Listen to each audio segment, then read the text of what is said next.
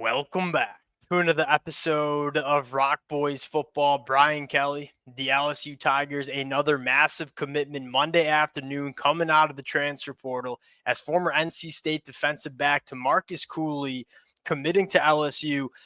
Spent the last couple of days diving into a little bit of his game. And look, he's not going to be the biggest name that LSU brings in.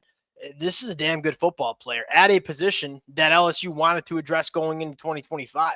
You know, the LSU fans who've been rocking with the fellas the last couple of weeks and really throughout the 2024 year know, look, I know, we know Blake Baker, excuse me, is a very good defensive coordinator, but he needs the personnel to run what he wants. And I think in the back end, when you're going to ask your guys to play a lot of man coverage, I don't think they had the guys last year. So what is LSU doing in this transfer portal period? We are completely turning this secondary on its head. And you look at the personnel for LSU and the back end of this defense going into 2025, it is a significant upgrade from what we saw in 2024. You look at Tamarcus Cooley, say, hey, what does he bring to this LSU defense? I think he's going to play the nickel. I think that's where he's best fit on the defensive side of the football. Now, he gives you some versatility, probably can play a little safety as well. You want this kid around the line of scrimmage because he's a hammer tackler. When you look at that star position, that nickel cornerback spot for LSU last year, primarily played by Major Burns. Major Burns missed 20% of his tackles, had an 81% completion percentage when targeted, just not good enough. You look at Tamarcus Cooley at NC State in 2024, only missed 11% of his tackles in a 56% completion percentage when he was targeted. If you're going to play the nickel in this modern era of college football, yes, you need to be able to cover, but you dang well better be sure you're fitting the run too, because that's one of the biggest parts about playing that nickel spot. Tamarcus Cooley tackles and fits the run exceptionally well. He checks off the two boxes you want at that nickel position. That's what I think you'll play for LSU. Want to get a little bit more into Tamarcus Cooley and then talk about what this LSU secondary is going to look like in 2025, because I don't think it's crazy to talk about just a brand new secondary going into the 2025 year. Before we get into it, as always, to the LSU fans, can't thank you guys enough. It's been it's been a really fun last couple of weeks covering this program in the portal. The amount of support y'all continue to show to the fellas, it means the absolute world. If you guys do enjoy the content, consider subscribing to the channel. And without further ado, getting into Tamarcus Cooley. Again, I think the first thing that you look at is the versatility. And again, when you're trying to put your best five defensive backs out there on the football field, it really helps to have a guy that can do a couple of different things, because that allows you to get your best five football players on the field a little bit more easy. Now, you look at Tamarcus Cooley and say, yeah, I think he can be a very quality safety.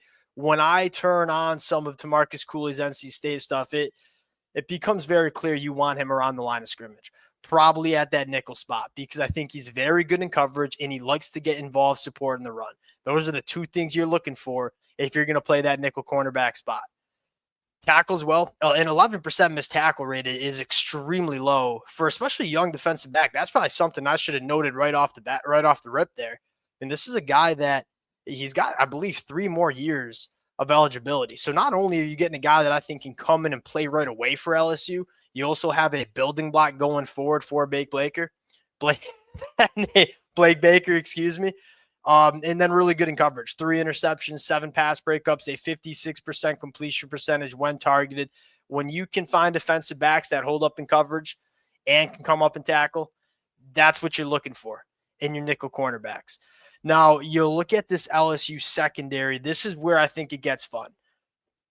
And we talked about this throughout 2024. We know Coach Baker, he wants to bring some pressure, and he's going to ask his LSU defensive backs to hold up on islands and man coverage. And in 2024, it was clear LSU just wasn't good enough in the back end to really have that defense run successfully.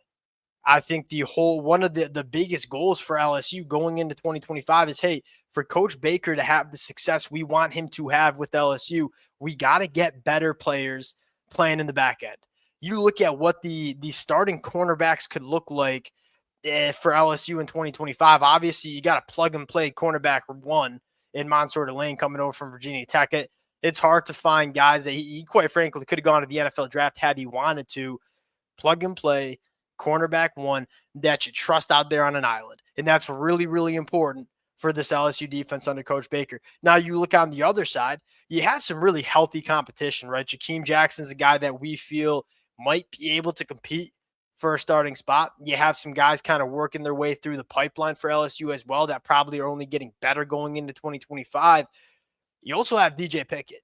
And DJ Pickett's a unicorn, man. Like DJ Pickett, I don't bang the table very much for true freshmen to play right away. DJ Pickett, from a pure athleticism standpoint, from a pure physical trait standpoint, from a pure God-given gift standpoint, that kid's ready to play year one. He very well could be the starting cornerback on the boundary opposite Mansour Delane. And I don't think that's all that crazy to say, one, because DJ Pickett's a special kid, but I think more importantly, you're just starting to see freshmen come to the SEC level and have more immediate success than we've seen in the past. Like, these kids coming out of high school, they're just a little bit different than 10, 15 years ago. And so you got DJ Pickett thrown in the mix there. Now you look at the nickel spot, it's a position that, just wasn't all that good for LSU in 2025. Again, Major Burns had some big time struggles. You plug and play Tamarcus Cooley, who again will give you that run support. He'll give you that coverage ability and has 3 years of eligibility remaining, a guy that you can kind of build this defense around as well.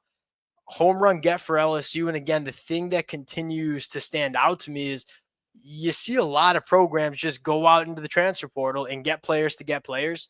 LSU's getting a lot of players.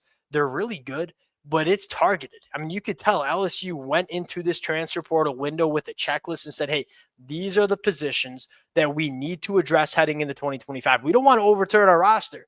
We feel good about a lot of parts about our roster, but there are certain positions that we need to immediately get better in 2025. LSU seems to be checking the boxes repeatedly. And if you're an LSU fan, I don't know if there's a program that has gotten better in the offseason from a personnel standpoint more than LSU. And then you start taking a sneak peek at the 2025 year. Now, this is kind of just going off the cuff, looking at the SEC landscape. Georgia, big time question marks at quarterback. Alabama, question marks at a couple of different spots, but at quarterback as well. I mean, you look at LSU and say you got one of the quarterbacks in the SEC you'd probably take at the top of the list. And now you're improving the positions around the quarterback spot and on the defensive side of the football that you needed to address. It's hard to see this LSU team not being significantly better than it was in 2024. And then you start looking at the other teams that LSU's normally competing for SEC championships with and say, those teams are clearly, at least in my opinion, roughly early on in this offseason, they're going to be taking a step back. This could be a really fun year for LSU in 2025, and I don't know if they're done in the transfer portal quite yet. We'll close it out there. Appreciate you guys rocking with it. If y'all do enjoy the content, consider subscribing to the channel. Appreciate you guys, and we'll talk to y'all later. Peace.